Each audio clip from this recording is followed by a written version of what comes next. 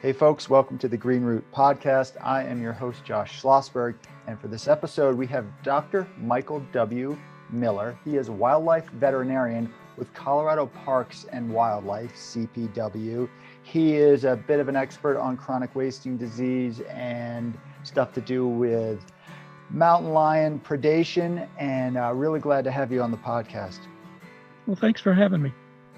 So this issue of chronic wasting disease, I've been following this for many years because in my journalism, I've written a lot about viruses and bacteria, and then now we have this weird prion stuff. So what is chronic wasting disease? Who and what is it affecting, and why should we be concerned? Sure. Chronic wasting disease is one of a group of diseases. It's thankfully kind of a small group of diseases that are caused by these things called prions.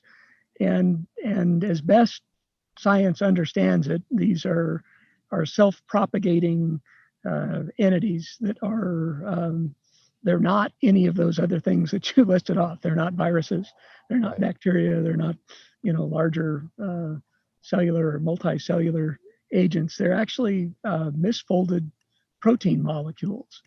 And somehow, biochemically, they are able to conscript the similar, they're chemically identical protein molecules in cells that they come in contact with and convert them to their own misshapen and fairly inelastic form.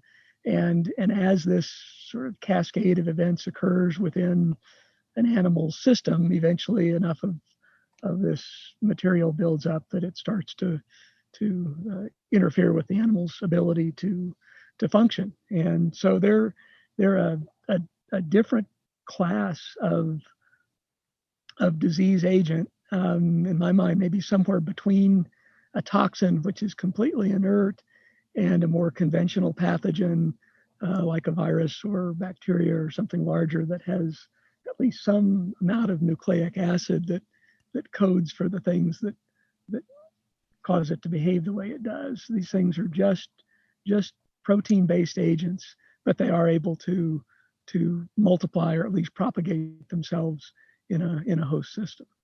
Right. Yeah, that's pretty horrifying. So other versions of that we've heard of in the past, mad cow disease, right? That's a prion. Bovine spongiform encephalopathy, which is the harder and more tongue-tying term, BSE, and I'll refer to it as BSE so I don't have to repeat the other one because I got it right the first time. But BSE, there's and that thankfully has become a very, very rare disease.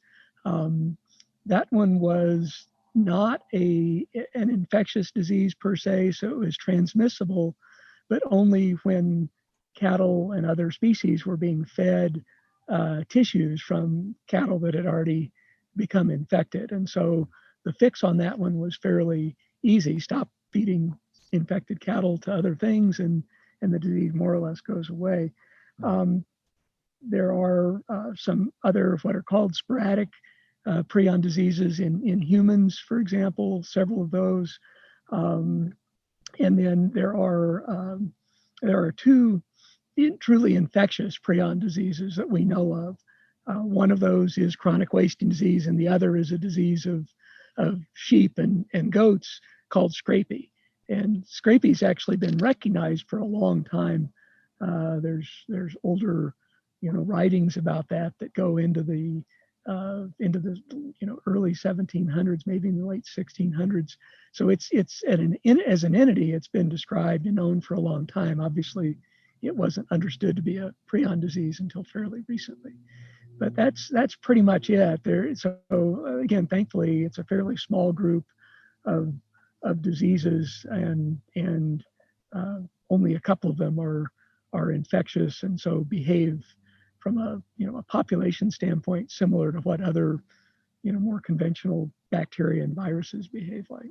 Sure. So chronic wasting disease, or CWD, not to be confused with CPW, Colorado Parks and Wildlife. Yeah, please don't. Yeah. A lot of acronyms going on here. Yeah. So chronic wasting disease affects cervids, which, not COVID, Cervids, Yeah. all these words are all blending together. Yeah. It's a big nightmare. So cervids, deer, elk, and moose. Those are the critters that are affected entirely, right? No other critters are affected by Well, chronic. in Colorado, that's true. In other places, caribou / reindeer, which are the same species, just with different names on different continents. There have been cases in Norway very recently, and very well publicized cases in some of their reindeer herds or wild reindeer herds.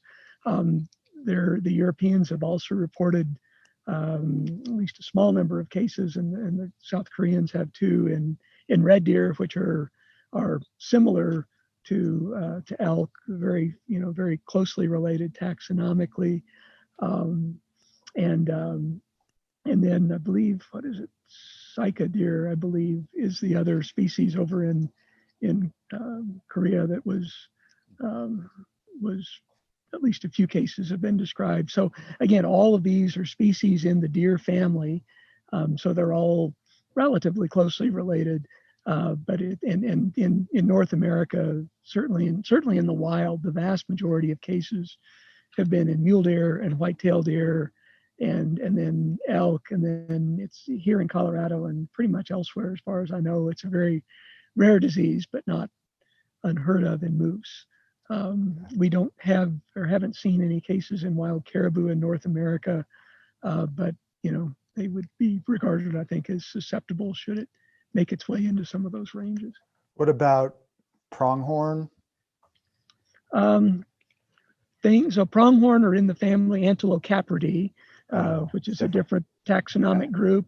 No cases in pronghorn. Similarly, no cases in bighorn sheep or mountain goats, and no evidence of spillover into domestic species in the family Bovidae, which would also be where the bighorn sheep and the mountain goats fall. So cattle and domestic sheep and goats.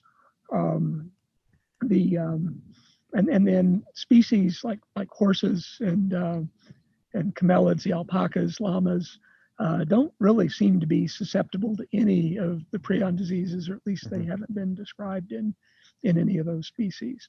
Right. So That's if you good. think about all the species out there, especially all the mammalian species, it's a remarkably short list. And then the bovine spongiform encephalopathy agent, so the prion strain, which is somewhat unique and distinguishable from chronic wasting disease and scrapie. The BSE prion is probably the most promiscuous of the strains that's been described, in that it not only infected cattle, but did spill over from cattle into domestic cats and non-domestic cats in some of the zoological collections in the United Kingdom. And then that's also the animal prion agent that did regrettably spill into a few people, relatively few given the amount of exposure, but nonetheless, a tragic number of human cases of BSE in the United Kingdom and European countries. Right. And that's called variant Creutzfeldt-Jakob disease. So just to completely kind of cloud all of the terminology and get it all out there. Yeah, got to put it out there. So What does this do? What does chronic wasting disease do to the deer, the elk, sometimes the moose and the reindeer? Sure. So it gets into their system, probably from oral exposure, either directly by interacting with another infected animal, or the prions do persist for a while in the environment. And so even a susceptible animal that comes into an area where an infected animal has been depositing prions can maybe become infected. Prion gets into the system. It initially moves into and starts to propagate itself in some of the organs of the immune system, the lymphatic system, so the tonsils, and then some of the lymph nodes that are associated with the head and the gastrointestinal tract. And it propagates there for a while and really doesn't seem to do anything visibly to the animal other than just become more abundant. From there, eventually it makes its way into the nervous system. And that's where things start to become problematic for the infected animal. So the prions move probably up some of the long fibers of nerves into the spinal cord and into the brainstem and start to propagate there as well. And as that happens, we start to see microscopically evidence of damage to the brain tissue in some fairly specific places early on, and then it becomes more widespread as time goes. And as that damage accumulates, the outward signs or symptoms, I guess more people would be familiar with, but the outward appearance of chronic wasting disease starts to come on. And initially the effects are pretty subtle. The animals just don't behave like themselves, which is easier to sort of appreciate in an animal that, a captive animal that you kind of know its individual personality, but they're just not quite the same, a little more dull, a little less responsive. Sometimes they'll actually have slight changes in behavior that then become pronounced more so over time. So an animal that's been fairly tame all of its life will suddenly, not really appreciate people or being handled. An animal that maybe was a little more on the wild side might become fairly tolerant of human presence. And then as farther damage accrues, the animals start having trouble moving. Their coordination becomes affected. Their ability to swallow and kind of coordinate chewing and swallowing gets compromised. And as those things start to add up, and as the problems accumulate, eventually the animals do get sick enough that they die.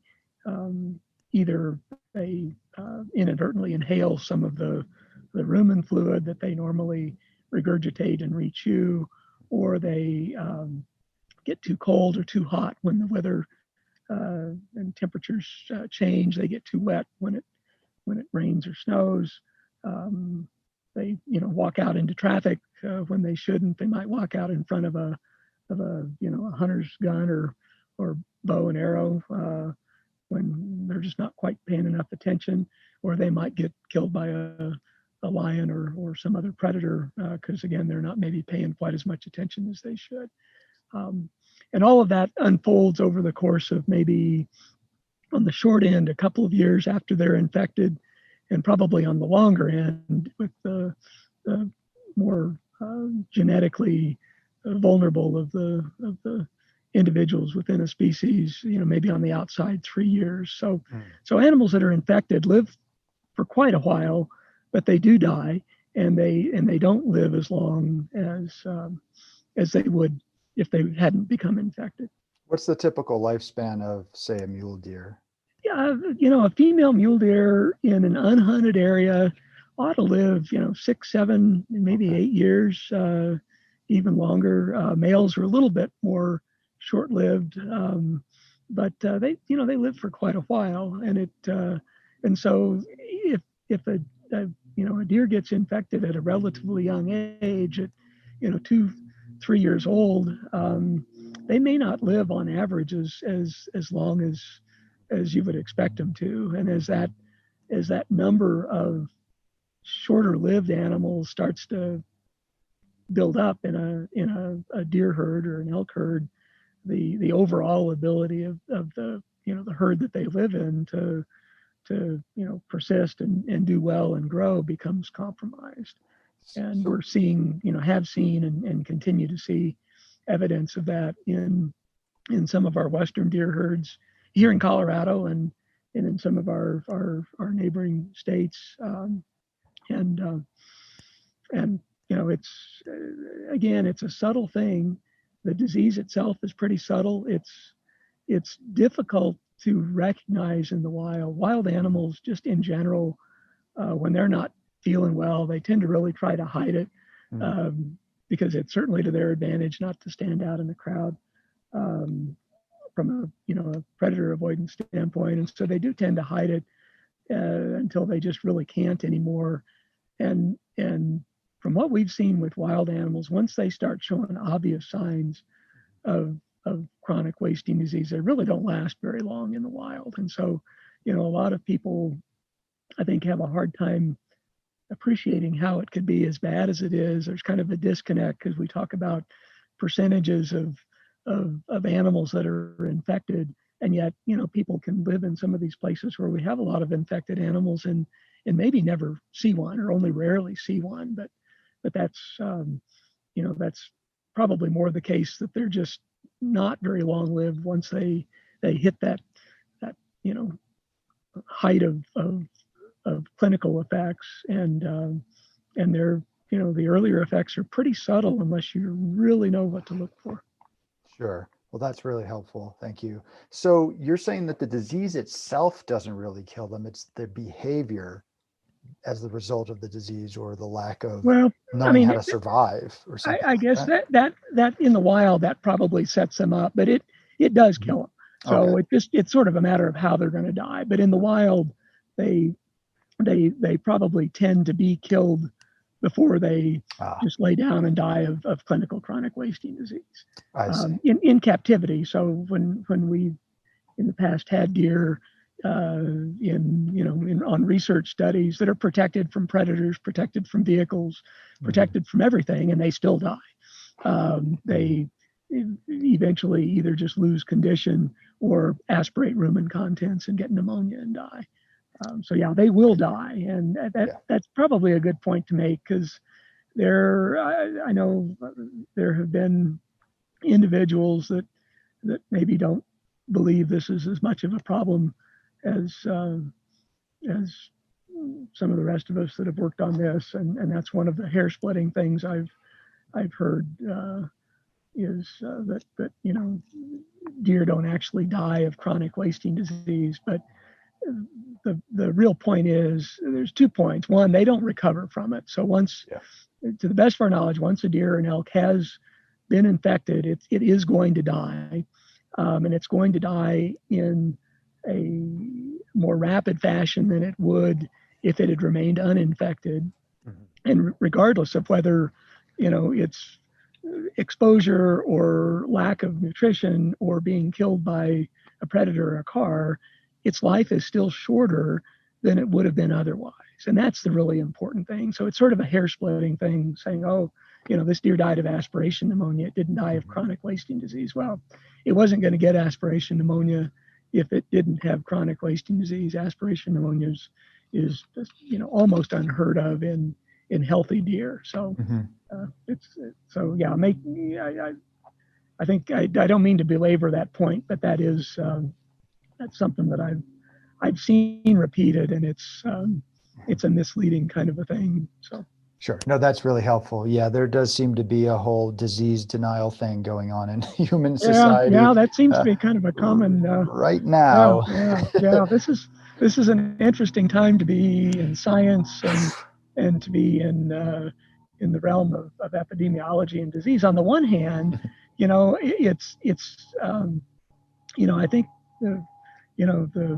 the public all over the world is probably more tuned into what epidemic curves are and how important it is to flatten a curve than they've ever been. So that's kind of cool. But on the other hand, there's just an awful lot of parallels. So no, it's a real thing. It really does cause problems if it's allowed to run its course. And I mean, that's the other thing, is I don't think we completely understand what run its course means. This is a problem that in the wild, at the scale of a herd or a population or of deer and elk, this is something that unfolds over decades. So I've been working on this disease for the better part of my career, and I haven't seen one full epidemic cycle yet, and that's 30 plus years. Wow. So this, and unfortunately, the attention span that we have for for focusing on problems really doesn't always lend itself to dealing with these things that are moving in very slow motion. So in the short term, it doesn't look like anything's happening, but over the longer term, the problem does get worse, left sort of unattended. And as the similar to the way the damage in the animal accrues, as damage to the infected herd accrues over time, the population has a harder time maintaining itself, and probably isn't going to be as quick to bounce back from some other insult like a severe winter if you're on the west slope, or a drought or something along those lines. Right. So this is basically a slow burn situation. Very much so, yeah. And again, that's part of what is it's disarming in some ways, because you look at it, and in the short term it's like, it's not really doing anything. But if you come back every once in a while and check, you have a better sense of what's going on. Sure. So as a man of science, you probably hate the term zombie deer disease, right? Yeah, that needs to probably be stricken from the recording, or at least my emphatic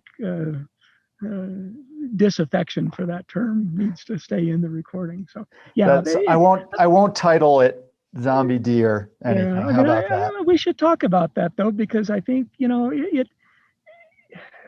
one thing, these animals are. If anything, it's just sort of sad, to watch them. I mean, they just, they're not wandering around like, vicious things. They just clearly don't feel good, and they don't know exactly what's going on. And having watched a number of them over the years, it's sort of, demeaning in some respects to coin that term. I understand. I actually know the scientist that originally coined that, and he did it trying to get his students to be interested in it, which is also sort of a sad testament that that's the kind of thing that it takes to get students to pay whatever attention. Works, right? Whatever calls well attention to I guess, but I don't know, they're not rabid zombies, and it's that they're stumbling around listlessly, not really self-aware kind of thing. Yeah. So I mean, if zombies in cult fiction did what wasting disease deer do, there wouldn't be people lining up to watch the shows. It would have been a very short series.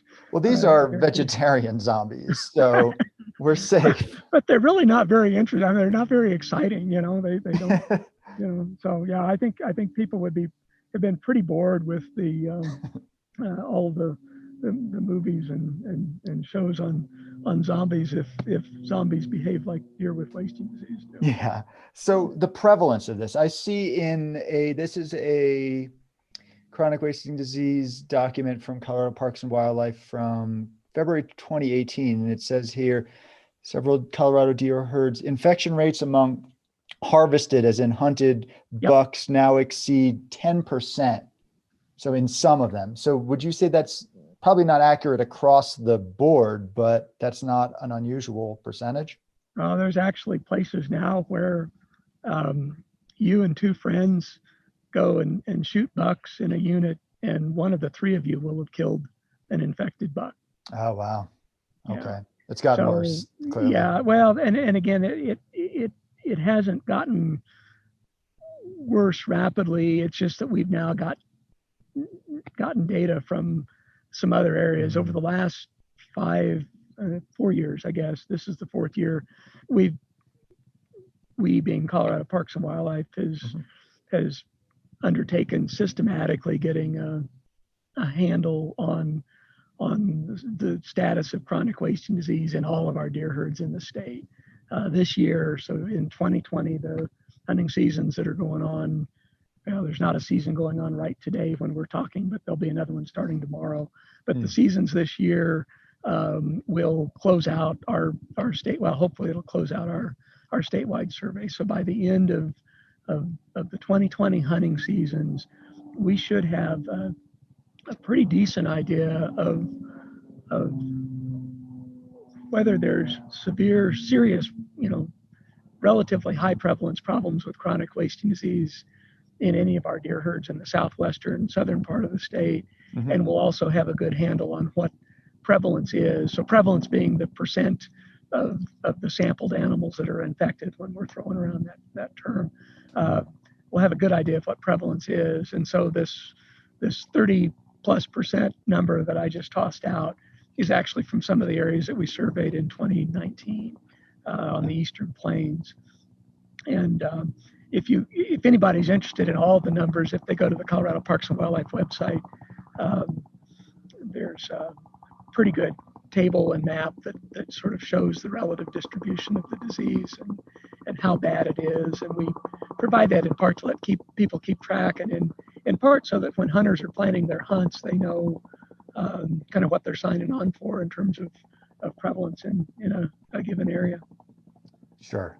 That's really important to know. So I haven't done much research on this since about 2018. So I'd written a couple pieces. I wrote one for The Ecologist and then for Enviro News. But my info is that they think this was first discovered, at least in Colorado in 1967, in captive mule deer. Is that still that's where it was wisdom? first? I mean, that's where it was first recognized. So the syndrome was, and the term chronic wasting was literally what the scientists that were working with these deer at the time were seeing. They were just seeing these deer that wasted away for no apparent reason. And so, yes, that's true. Whether those cases that they recognized were truly the first cases is one of those chicken and egg things that we're never gonna have the answer on. Like we were talking earlier, it would be far easier to recognize a syndrome like this in animals that you see and work with every day and that are protected from predators and fed, as much as they want to eat in a day within reason. And so, yes, it was recognized at a university facility, and then subsequently was seen, and not long after that in the big scheme of things in the wild. So how bad is this likely to get? And I guess on a local scale, it can get pretty bad. So there are herds up in Wyoming where somewhere around every, 4 out of every 10 bucks that are harvested, 1 out of every 2 are infected. And the way, it's an interesting pattern. There aren't too many constants in biology, as you're probably aware. But one of them that's remarkably robust is the 2-to-1 relationship between the prevalence that we see in male deer and female deer. So males tend to have about twice the rate of or prevalence of infection and incidence of infection as females in the same area. So if 20% of the bucks in an area are infected, it's a pretty good wager that around 10% of the does in that same area are going to be infected. So in places where prevalence gets really high like that, you have a high proportion of the does that are getting sick and dying every year, and a herd in that state is, they may not vanish, but they're not going to do very well. I mean, they're going to hold on. They're going to be, much less abundant than they would have been in the absence of the disease. They may not do very well if there's a drought or something like that. They probably won't support as much hunting pressure as an otherwise healthy herd. And so that's as far as we know on the kind of the extreme end so far. But again, there's no telling kind of what the end game is going to be, because I don't think we've really seen what that is any place. That said, it seems there's a growing, body of evidence from field observations in Colorado and elsewhere now that there are some things that we can do to keep the disease in check, and so we can't probably get rid of it once it gets established in an area. But there's a lot of diseases that we deal with that we can't get rid of, but we can, control in a way that they're at least, just sort of part of the background and not really causing huge problems. And I think wasting disease is in that realm from everything we've seen. So if we can figure out how to manage the disease, pay attention to it, get in there before it gets out of control, and do some things to try to keep prevalence from getting super high, then I think we can manage it. Deer herds can survive with chronic wasting disease if it is sufficiently rare, and that's hopefully in the long term where we're headed with this. So, somewhere between gloom and doom and just don't worry about it, as with so many things in life, that's where we need to be. Try to keep it in sort of a modest level. I mean, it would be nice to keep it out of places that it doesn't already occur, if we can do that. But certainly just having it in an area isn't the absolute end of things. It just requires us to pay more attention to those herds and maybe manage them a little bit more carefully than we would otherwise. For sure. And in a minute, I want to talk to you a little bit about how mountain lions might tie into things based on your studies. But before going there, the Colorado Parks and Wildlife, that February 2018 document, does say minimizing human exposure to CWD seems prudent. Although exposure has thus far not been associated with cases of prion disease in humans, public health officials advise against consuming meat or any other tissues from animals known to be infected. General rule: hunters should avoid handling carcasses of animals that do not appear to be healthy and report such cases to CPW. So there have not been any cases of transmission to humans, but we're worried that there might be. Well, we being the public health entities that we defer to, I mean, our responsibility statutorily and professionally is for wildlife health. Right. And so we, on public health matters, whether it be chronic wasting disease or anything else, quite honestly, we defer those things to public health authorities, because that's their professional responsibility. And I think a lot of this is based, I know a lot of it is based on an abundance of caution, based on the experiences that we were talking about earlier with bovine spongiform encephalopathy spilling over into humans. The recommendation to not handle or consume wildlife that appears to be unhealthy, that transcends deer and elk. I mean, we say the same thing about rabbits. That statement is actually in the small game brochure. It's in our waterfowl brochure. So it's just generally not a good idea to eat an animal that looks like it might have been sick. So that's just common sense. But in terms of the prion diseases, the public health recommendations, and I think the societal preference is that we not run the risk, even though it might be an incredibly small risk, we not run the risk of exposing people to any of the prion diseases, not just chronic wasting disease, but scrapie, or anything else that might come along. And so that makes sense. And that's another reason, quite honestly, to try to keep the disease as rare as we can in the wild, so that the odds of somebody shooting and taking home an infected animal stay pretty small. Right. So back in 2018, when I was doing research on this, and things might have changed since then, but I did find a study by Canadian and German scientists. They found that the prion of CWD was transmitted it was a macaque monkey. Now they literally injected it into its brain, I believe.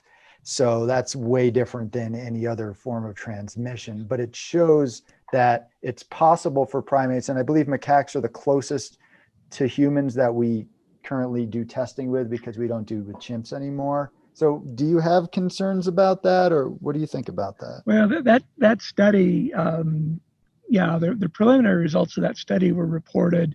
There have actually been two macaque studies, one reported by the Canadian and German scientists, and another one reported by the scientists at the National Institutes of Health, Rocky Mountain Laboratory up in Hamilton, Montana, and the Montana study actually was not able to infect macaques.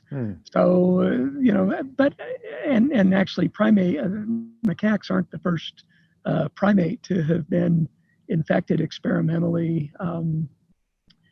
Spider monkeys were infected. In fact, that was some of the earlier work on primates was done with chronic wasting disease a number of years ago now.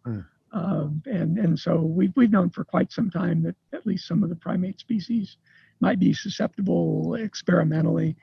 Again, I think it follows the recommendations that it's probably a low risk, but it may not be an absolute zero risk. So if you look at the bovine spongiform encephalopathy experience in the United Kingdom,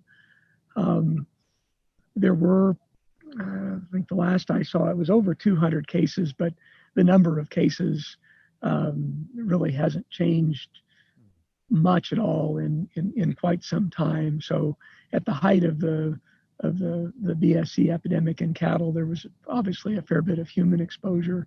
Right. But there were probably millions of people potentially exposed to the BSE agent, and out of those, you had a few hundred cases. And again, not to diminish the tragedy of any one of those cases, let alone a couple of hundred of them, but the point being that if there had only been a small number of people exposed, there might have never been a case. And so the strategy moving forward is to just try to keep the exposure to a minimum, and then regardless of what the risk is, if there's not much exposure, then all the better. Does that make sense? It does. Absolutely. Yeah. It's pretty much, the concept of better safe than sorry, right? Yeah. And that's the precautionary principle. It's what we are trying to do sometimes with COVID. Sure. Yeah. And the experience with BSE was, quite honestly, from the reading that I've done, it was a pretty significant crush of public respect for the government, because they had essentially for a number of years, over the better part of a decade, had dismissed the possibility of there being any risk at all based on what was known at the time.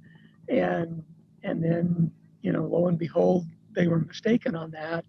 And in general, the body of scientists that work on these diseases, I think, vowed at the time to just, never let that happen again. And certainly that's the public health perspective. And I think, understandably so, that we should just never say never, is really what it comes down to. Yeah, anything can happen, clearly. And that's, I think, what COVID is showing us. Maybe not anything, but things that are likely to happen, or that are possible to happen, we need to do some sort of prevention as best we can. And again, it's just a matter of minimizing the risk, understanding that, we might take that risk to zero, and there are still cases of human prion disease. The attack rate for what's called sporadic Creutzfeldt-Jakob disease, which is the most common of the human prion diseases, runs right around 1 per million, and that is a worldwide rate. And so even in places like Australia and New Zealand, where they don't have any of the animal prion diseases, they don't have BSE, they don't have scrapie, they don't have chronic wasting disease, and they still have human prion disease. So there is some base level risk from whatever exposure source of humans to contracting aprion disease, and actually the attack rate for BSE, as I recall, was about half that. So it was about 1 in 2 million, and the only reason it really got picked up is because of the difference in the age presentation. It was affecting a much younger age class of humans in the UK. So young adults, which rarely develop sporadic Creutzfeldt-Jakob disease. Right. So So again, sorry, Cal, keep go going. ahead. I was just going to say, so to prevent the spread of CWD, is CPW recommending, urging, or even requiring testing from hunting when the deer or cervids are hunted? Well, what's the situation there? Yeah, we have and that's probably a good thing to visit about a little bit. We have a long-standing, I think it's a written policy, but at least it's certainly a practice of providing testing as a service to hunters.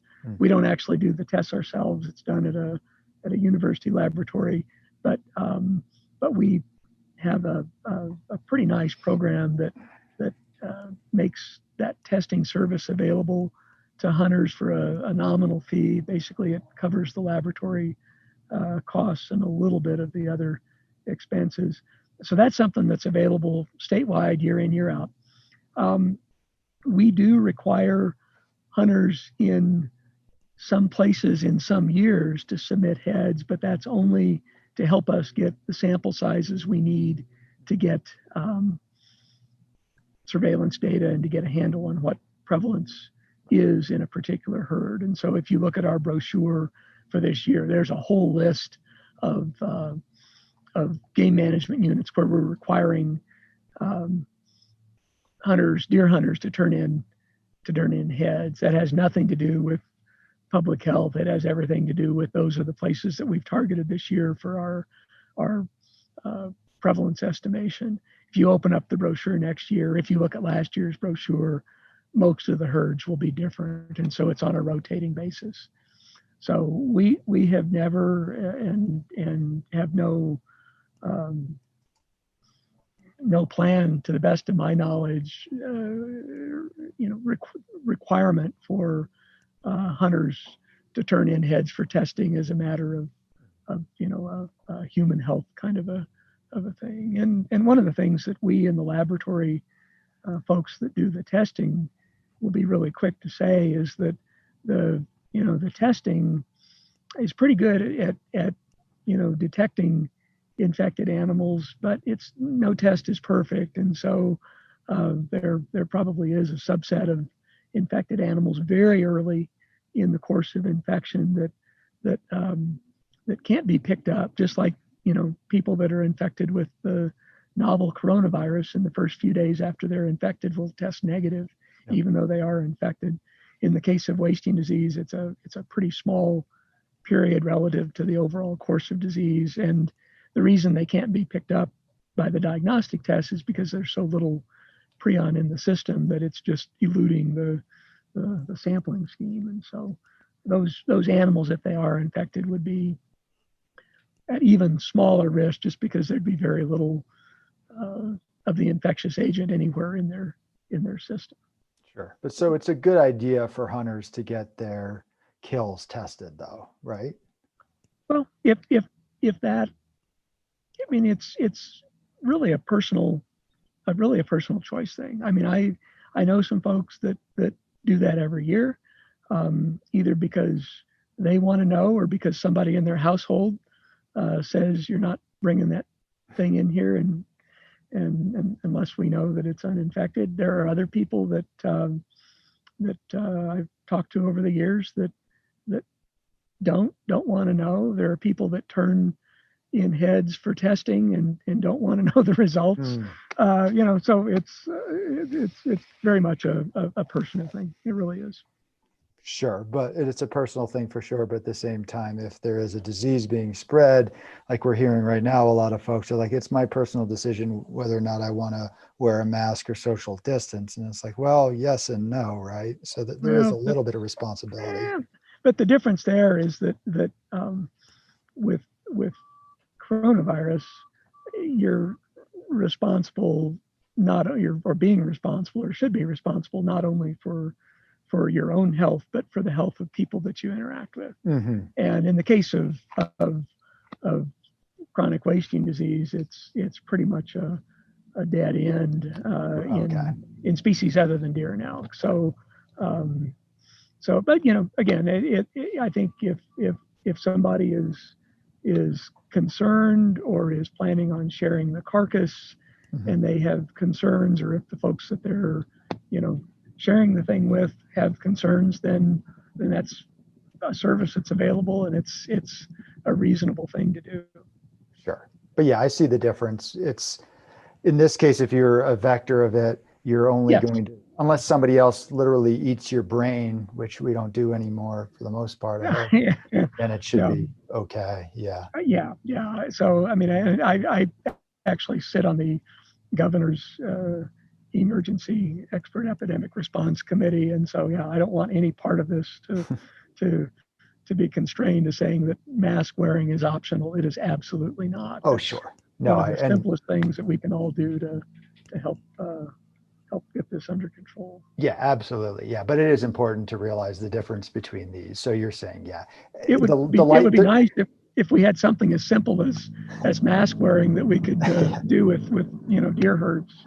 We could put some masks on deer. Is that what you're suggesting? Well, yeah, you and I can go out to the field, and I'll let you give that a try.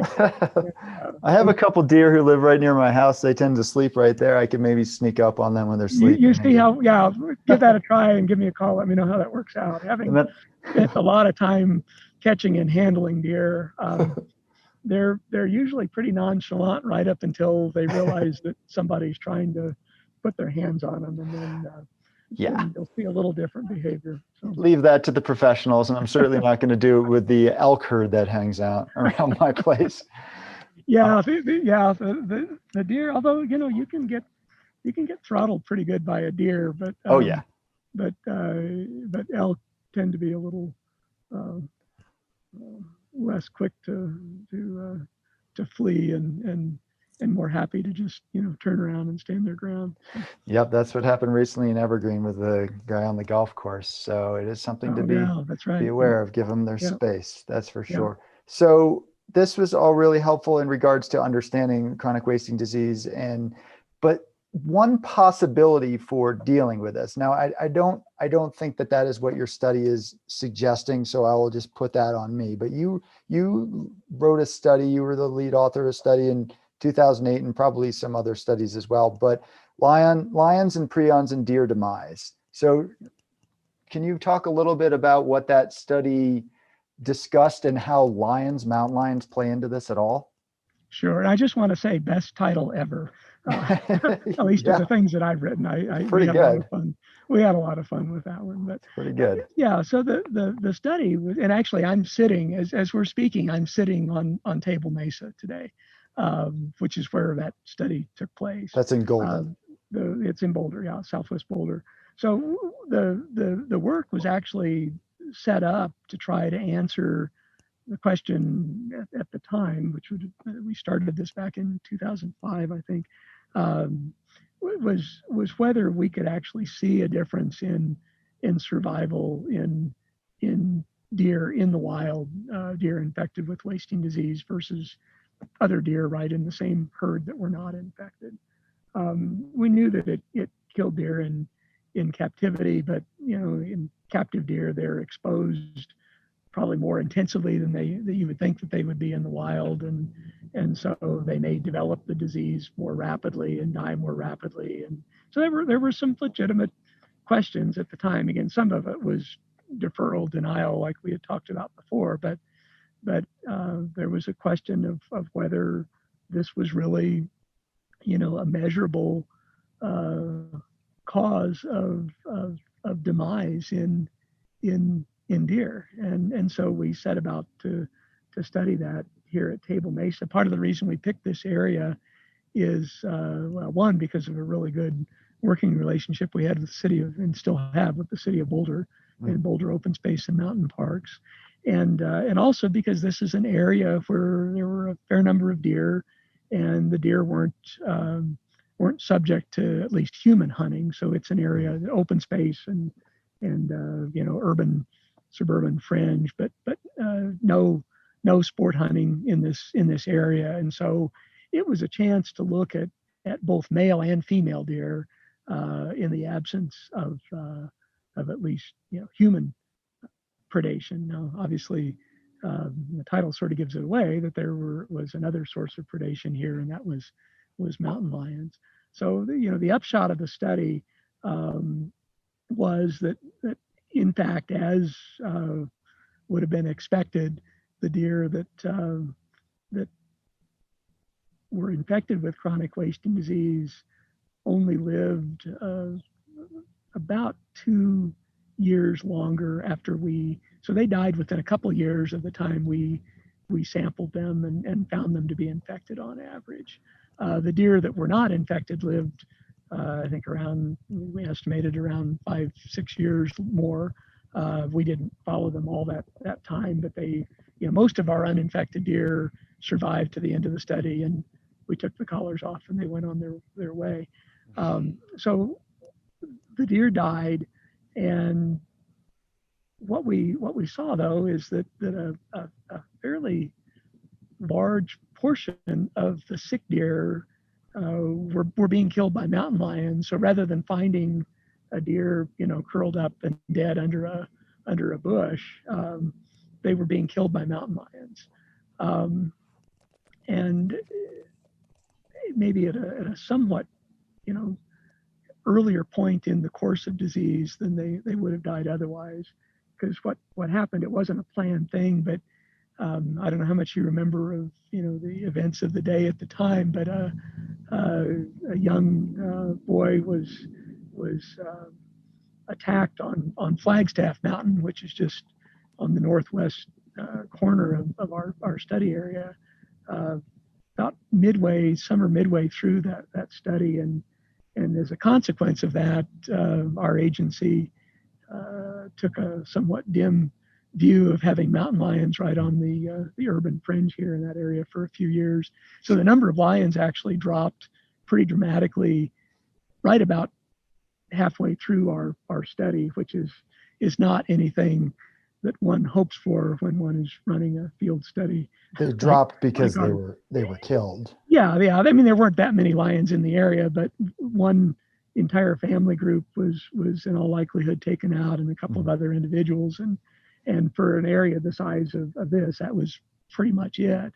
So what we saw then was that the deer continued to die, the ones that were infected with wasting disease, but basically did develop sort of end-stage clinical disease, and we would find them dead with maybe a little bit of evidence of coyote scavenging, but not much else. And so what we did see though was that the deer that were infected with wasting disease were about 4 times more likely to be killed by lions than uninfected deer. And again, that goes back to what we were talking about way earlier on, the fact that these animals in later stages of the disease are probably more vulnerable to predation because they are not as wary. They do kind of stand out in a crowd. Something happens, and if they're in a herd, the group of deer will look toward the source of disturbance, and you'll have one animal that's sort of staring around, in a different direction or not really paying attention. And those are the kinds of things that predators cue on. With an ambush predator like a mountain lion, probably just the lack of wariness, or maybe these deer not moving around quite as much would set them up for that source of demise. But at the same time, right around that same time, a graduate student colleague, Caroline Crum, had a companion study going on, much more difficult study to do because it involved capturing mountain lions, putting radio collars on them with what at the time was an emergent technology called global positioning system coordination, which we all now know as GPS. It was some of the first collars that came out that were able to fix locations in the field. Anyway, Caroline would go in and catch these mountain lions, mark them, follow them, and locate kills that they had made, collect samples to look for chronic wasting disease. And we compared the prevalence of wasting disease among the deer killed by lions with the prevalence of wasting disease killed by hunters in the same vicinity. So not in exactly the same spot, but out of, more or less the same geographic area. And Caroline's study showed in a complementary way that not only were the lions on Table Mesa or the infected deer on Table Mesa were more vulnerable to lion predation, but in fact the lions in the study area, which overlapped with Table Mesa but included much of the northern Front Range, the lions actually were selecting for infected deer. Mm-hmm. And so, that does sort of emphasize the point that predators, at least with this particular disease, might be an asset, I guess, or at least not a detriment to trying to control the disease. Now that being said, if you go back and look at the Table Mesa paper, prevalence was really high at Table Mesa. So that level of lion predation that was going on down here was not anywhere near enough to keep the disease under the 5% threshold that we would like to see it stay at from a management standpoint. But certainly it at least suggests that predators could be part of a control or disease suppression mechanism. Yeah, see, to me, that's really fascinating and super important. So theoretically, if there were more mountain lions around, they would be helping more with reducing the spread of CWD. Is that a feasible thing to say? Yeah, I mean, I don't know. I mean, part of it is that mountain lions will only, tolerate so much of one another. Mm-hmm. And so what we don't know, and this is something that talking to somebody who understands mountain lion ecology would be, really beneficial. Sure. I don't know whether lions would ever be, of sufficient density in a place like Table Mesa once prevalence gets as high as it is. I don't know that you could have enough lions to keep, the disease under wraps. Now, in a place where the disease first got introduced and where it was pretty rare, would they maybe be able to help keep it down to a dull roar? I think that would be a more likely possibility. Sure. And it's something that's worth continuing to look at and think about. And so it's possible that also bears and even wolves, and now that Colorado has passed a Wolf Reintroduction Act, aside from the one or two wolves that they think might already be lurking around, or maybe more than that, is it feasible that then bears and wolves would be picking up on the same thing? Well, and again, I'm not a bear ecologist, but from what I understand about bear foraging strategy, bears killing adult, at least black bears, the bears we have here in Colorado, killing adult deer, by the time they would get to a point where they would be killing an infected deer, that deer was probably just about to die anyway. They would probably be more likely to scavenge a deer that died of wasting disease and actually kill one outright. Right. As I understand, their foraging strategy. Now that being said, them consuming that carcass might actually help reduce the amount of infectious prion material that ends up in the environment.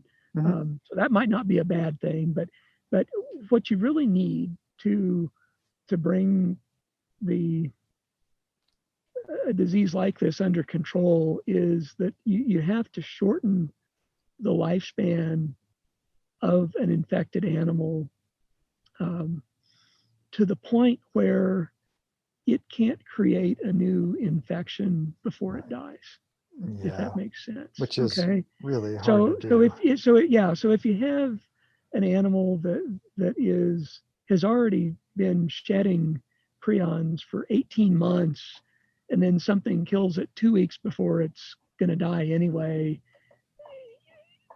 that's not going to have the same effect on reducing transmission as if that animal had been, noticed and killed 12 months earlier Yeah. or 16 months earlier. Does that make sense? Of course. Yeah. That So makes so sense.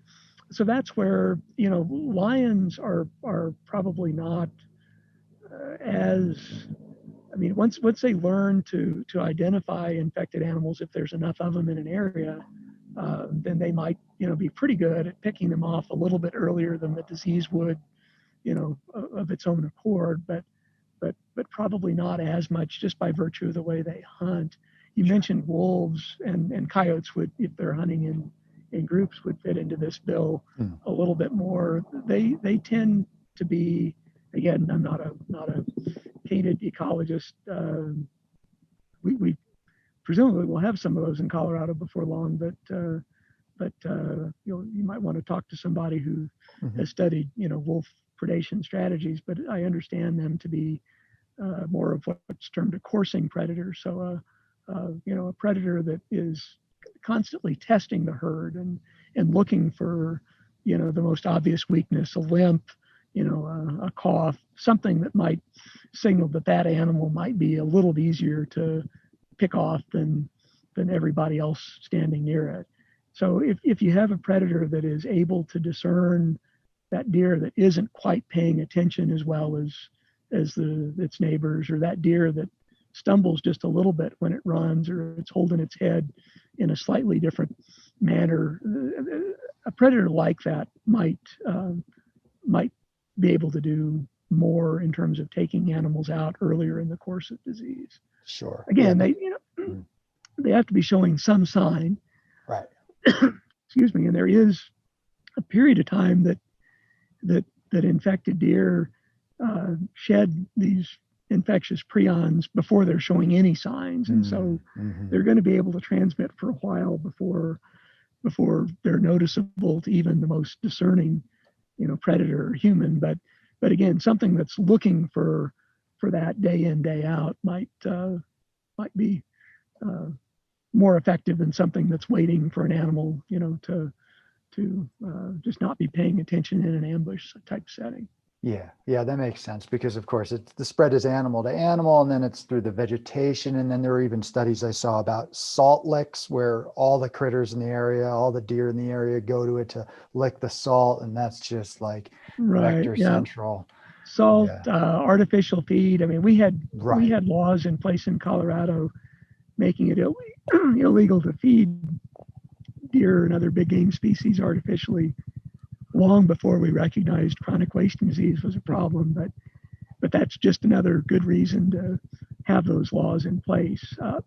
Anything like that draws animals into the same place day in, day out, and especially something that draws animals from different social groups that might not otherwise overlap and not otherwise mix is a good way to make this problem worse. Yeah. And as you pointed out, because the prions can be deposited in the environment and can persist for quite a while.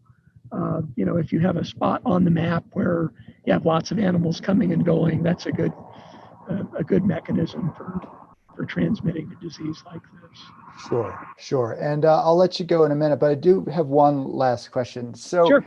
if lions and potentially bears, we don't know, maybe wolves, stuff like that, but let's just talk about lions right now. If they're a positive thing potentially for curbing the spread or slowing the spread of chronic wasting disease, why is Colorado Parks and Wildlife killing off so many lions? Well, I get it, and I'm not the guy that manages our lion management plan. That would be Mark Vieira, would probably be the first one to visit about that. I mean, we've had lion hunting in Colorado for quite some time.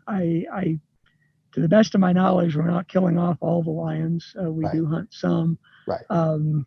I would honestly defer to Mark on Okay. or some of our regional biologists on specific lion quotas in areas where we have chronic wasting disease. I'd also be quick to point out that there's a lot of Colorado where chronic wasting disease is maybe there but not prevalent, or to the best of our knowledge where it doesn't occur.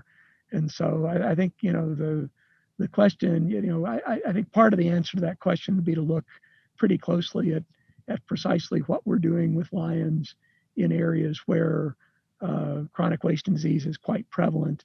We also have, some of the highest prevalence areas in the state are east of the interstate, where we really don't have lions we've never had lions out there. So it can get bad in the complete absence of lion hunting. And I hate to duck on something like that, but I honestly, I don't know what our specific quotas are in the areas where we have high chronic wasting disease prevalence. And so I don't feel like I could give an intelligent answer. That's fine. I don't mean to put you on the spot, but Sure. it's just something Fine. that certainly needs to be brought into the conversation.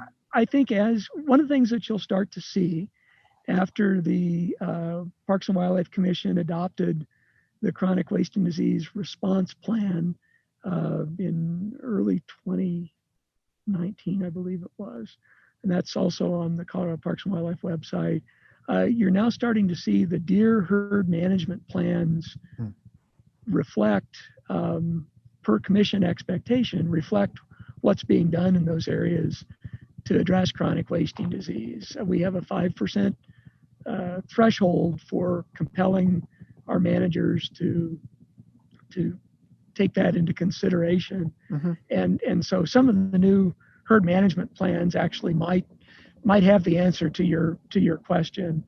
You could look at the White River plan, which is in draft right now. That would actually be a pretty good one to look at, because that's an area where wasting disease prevalence is quite a ways above the threshold. And I know there are some measures in there specifically related to chronic wasting disease, but I honestly don't know what was said about, I don't remember what was said about mountain lion harvest in there. And so that would be a good question to take a look at that, and maybe that'll give you some answers. Okay, well, I certainly will. Well, I really appreciate you taking the time to talk to me about this really important issue, chronic wasting disease.